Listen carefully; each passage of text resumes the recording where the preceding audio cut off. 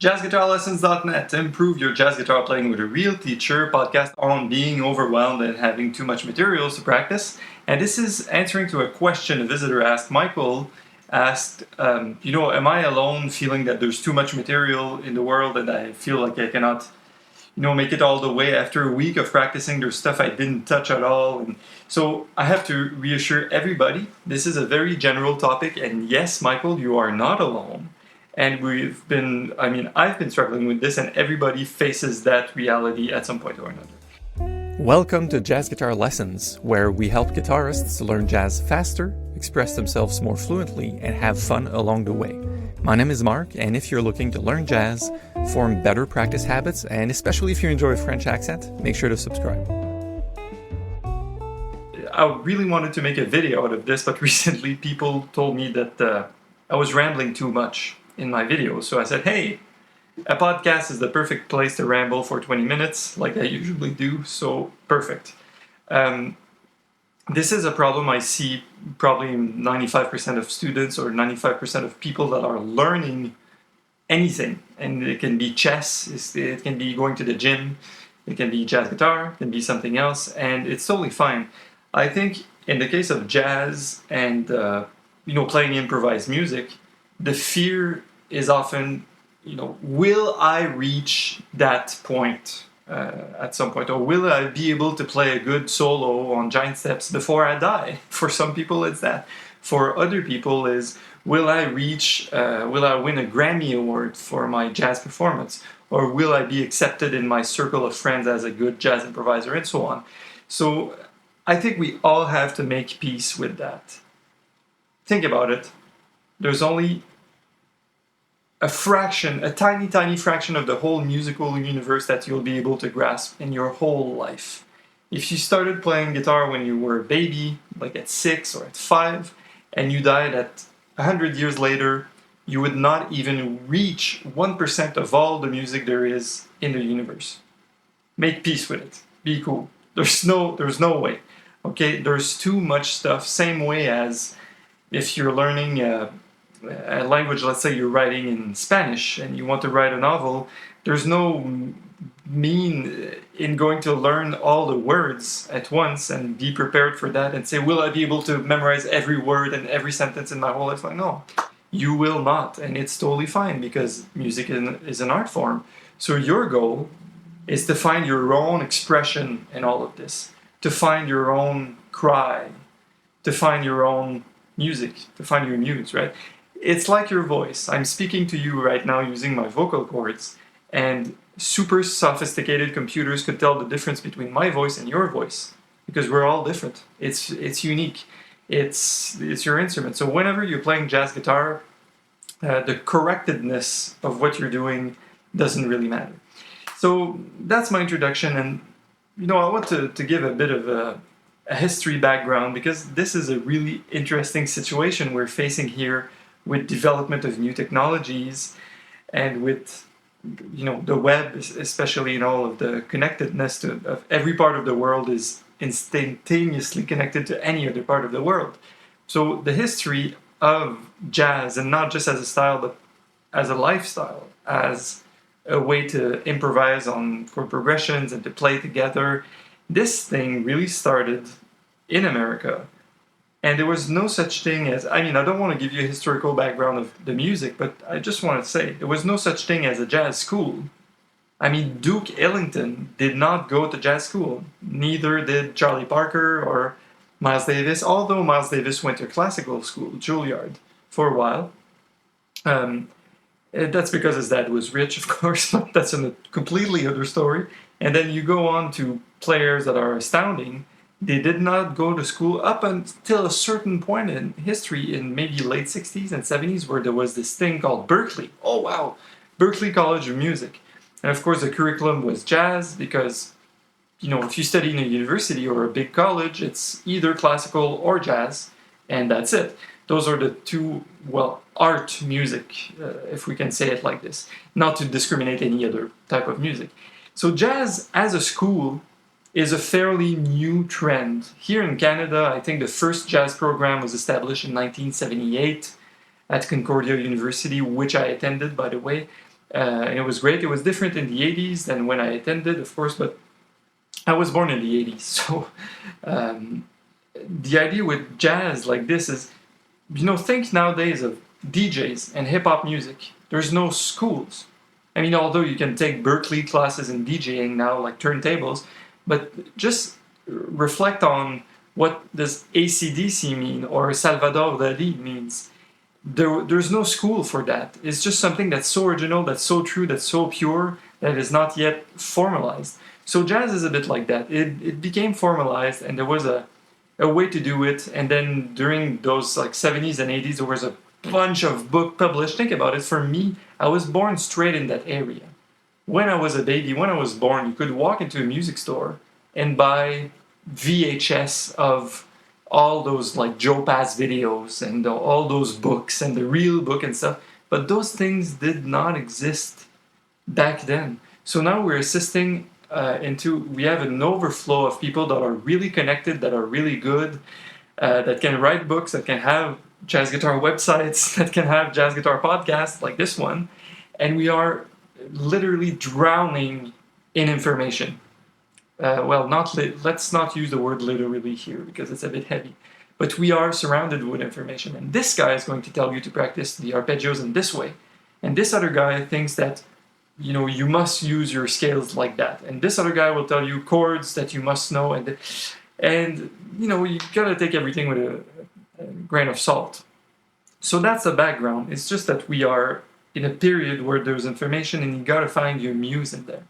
It's not a problem, as artists of any generation in history always made the best of what they could find with the technology of the time.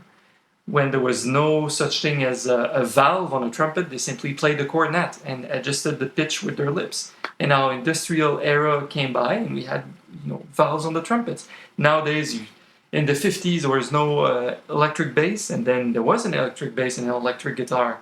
And the best artists in the world started using those instruments in their group and making new music with it.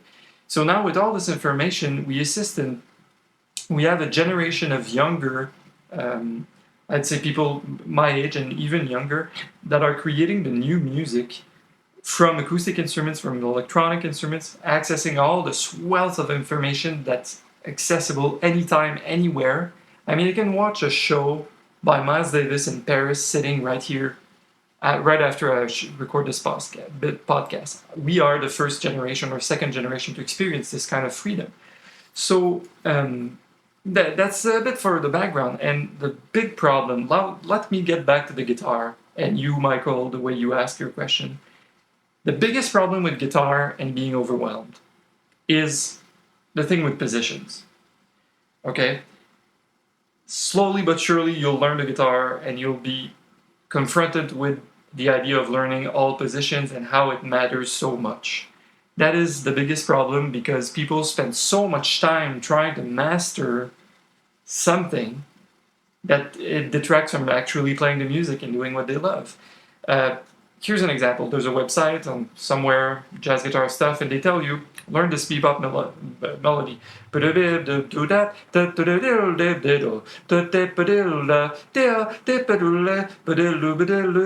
This thing. And they say, okay, now learn it.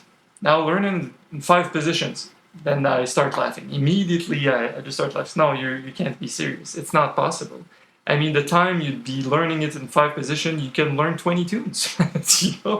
So that's a problem. Don't let yourself be discouraged by saying, oh, I gotta learn 7 positions. Just learn 1 position. And tomorrow you'll learn the second one. Or maybe you still need to polish your first position. Don't be bothered so much at playing everything in every possible location on the guitar. That was a problem for me too for a while, trying to say, if I learn something, then I gotta learn in all physical locations. So no. Learn 1 or 2 locations that feel comfortable. The sound is good. That's it, that's all. Which ties into my next topic. The issue is, you're sitting there, you're practicing, and your mind goes, what else could I be practicing now? That's the culprit. You should be enjoying each moment of your practice. Each moment is unique, and even though you're striving for some sound, for something bigger than life, It doesn't mean that it has to be a source of stress. You have to enjoy the journey. I know it's cliche, I know it's zen, and people say, yeah. But I'm serious. Do you think Bill Frisell is having a hard time practicing and being in his mind, oh my God, I gotta practice all this stuff? No. Do you think Pat Metheny sits down and is overwhelmed at his practice room? No. But Pat Metheny started with one note at some point, picked up the guitar and played a single note. Then he played a second one, a third one, and probably a trillion more notes after that. But that's fine. And same thing goes for anybody. So let's say Pat or Wes or I don't know who, Schofield, they picked it up and they liked it so much, became addicted to the sound, and they wanted to pursue it so bad that it didn't matter what else there was there to play. All that matters was that right now I'm playing and that makes me smile and I like it. So that's a big thing. Just when you take your materials, study it and forget about whatever else there is. So let's jump into more. I'm still, talking to Michael in many ways. Practically speaking, you probably have too much on your plate. Clearly, if you spend a week and it takes a whole week before coming back, it's because you have 90% too much material. And that you learn that as you grow in a jazz improviser sense. You realize that your practice list cannot be 20 point forms long. It has to be 5 points long. And you have to organize your sessions so you practice everything, well, quote unquote, everything on your list every time you practice. If you don't have enough time, or let's say you have a list of 6 things you want to practice, and you practice for a month, and you only practice 5 things, or the 6th thing, the last one is always pushed to the side. It's like washing the dishes. You don't want to do it, right? Well, this thing should jump off board. Come back to 5 things and then go for a month. And if you practice 5 things and there's always one that's pushed to the side that you don't have time for it, go down to 4 things. Make sure that your sessions are realistic in terms of how much you can sit down and play on any given day, like an hour and a half, 2 hours, I don't know. And then in the sense of a full week, if you do that 3, 4, 5, 6 times, I don't know, you must practice everything almost always, right? So that's really practical. The other thing that's really practical, in the same sense, is that don't think that you need all of it. It being the big it. The modern method for guitar, all the Joe Pass chords, the Pat Metheny exercises, memorizing 50 tunes, playing altered scales. Don't think that you need all that. You don't. Before playing, all you need is plugging in your guitar, sitting down, and have a good coffee and go play. You have to play tunes often. You have to do what you want to do with the music, which is play tunes, take a solo, perhaps comp, play good comping. I don't know what your aim is, play chord melody, But if you don't do that, then what's the use? If you spend your whole week practicing arpeggios with a metronome, and then on Friday you allow yourself to play on tunes for 10 minutes, it doesn't work. You really have to see this. Here's an analogy, okay? You're trying to play chess, all right? Pick up a book of chess problems, and you solve all the tactic problems. You spend the whole week, and you solve tactic after tactic. You reread the best games of the best Russian players and stuff, and then you get Friday and you play a quick game with your friend. And that's it. And you don't play chess. You just read about it, you practice tactics. It's not the way it works. You got to play a game of chess to know what the tactics are about. So arpeggios and scales and chords and tunes are just tactics. They're not, the practice session is not just about, practicing stuff. It's about playing the tunes. So depending on where you are at and where you want to go, there could be practice sessions where all you do is a mini gig that you do just for yourself or your family. For me, I had a phase, maybe 6 months. I was just playing on tunes. I said, wow, now I'm playing in cafes a lot, a trio, jazz, duo. I was playing with different bands, writing music. So man, I don't have time to practice my scales and arpeggios. I'm giving myself a while to apply all the stuff that I picked up in school, from teachers, from practicing. Now I'm going to just go like under fire, like go in the trenches and get nailed and just get the stuff. So, oh my God, altered scale, I missed it again. Oh, this chord, this thing, this rhythm. and sometimes that's what it takes. But doing this is far better than practicing arpeggios for 6 months when you know that you already know your arpeggios. So that's I think two last things. As I said, one last thing. As I said, less stuff on the point form if you have a point form for your practice, and tying into that, you need general topics for your practice versus precise exercises. Here's what I mean. You pick up a jazz guitar magazine off the shelf somewhere, and you flip the pages and you see an exercise. You're like, I'm going to practice that. Yes, exactly. That's being very precise. I don't like this so much because you're very confined in your choice of materials.